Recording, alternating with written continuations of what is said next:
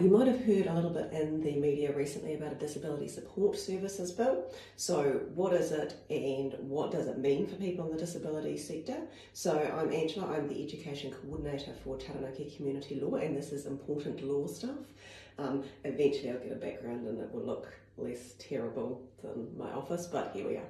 So the Disability Support Services Bill is a piece of law that the government have introduced, but it hasn't yet passed. So they have basically said this is what we think the law should be, and then there is a little process that has to go through before it becomes the law.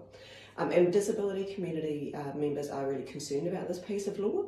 The aims of it, according to the government, is to provide a clear legal foundation for disability support. This is a weird thing for this piece of law to do because disability support services already exist. So there already is a legal foundation for disability support services. They couldn't happen unless that was already the case. So in fact what this piece of law is doing is changing the legal foundation on which disability support services currently rest. And this is what makes people very concerned about it. So this change, it's partly in response to a court case called Fleming, which I have previously talked about. This is a decision that found that family members who were caring for adults who had very significant needs in terms of disability were employees of the Ministry of Health, and therefore were entitled to be paid at least the minimum wage, which they were not. So this new piece of law clarifies that the responsibility for care for people with disabilities should fall to their family members, and that they should be responsible, and that the government will provide them with some help in terms of disability support, but that family members can never be considered to be employees of the government in any way in relation to this. It's important to note that we aren't talking here about little kids where parents are providing regular parenting stuff. We are in fact talking about adults whose care needs are very significant and whose family members are essentially doing a full-time job of providing that care. If the family members were not providing this care, then the government would pay for it because they'd have to employ an outside carer, or these people with disabilities would be required to be in some kind of residential care setting.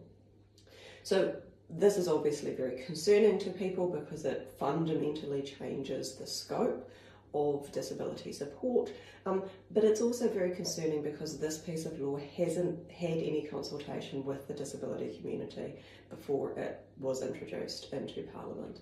Now the government have said that any further changes as a result of this will have consultation, but they haven't done that previously, so whether that actually happens or not is unclear.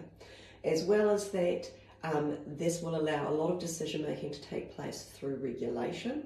So the law will pass and then under that we'll make regulations.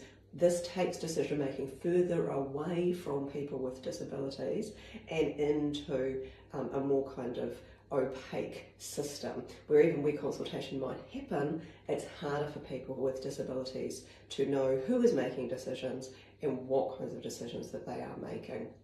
So this is concerning because we want issues to do with people with disabilities to be first and foremost person-centred, to be about them and for them to make their own decisions about their own lives as much as humanly possible.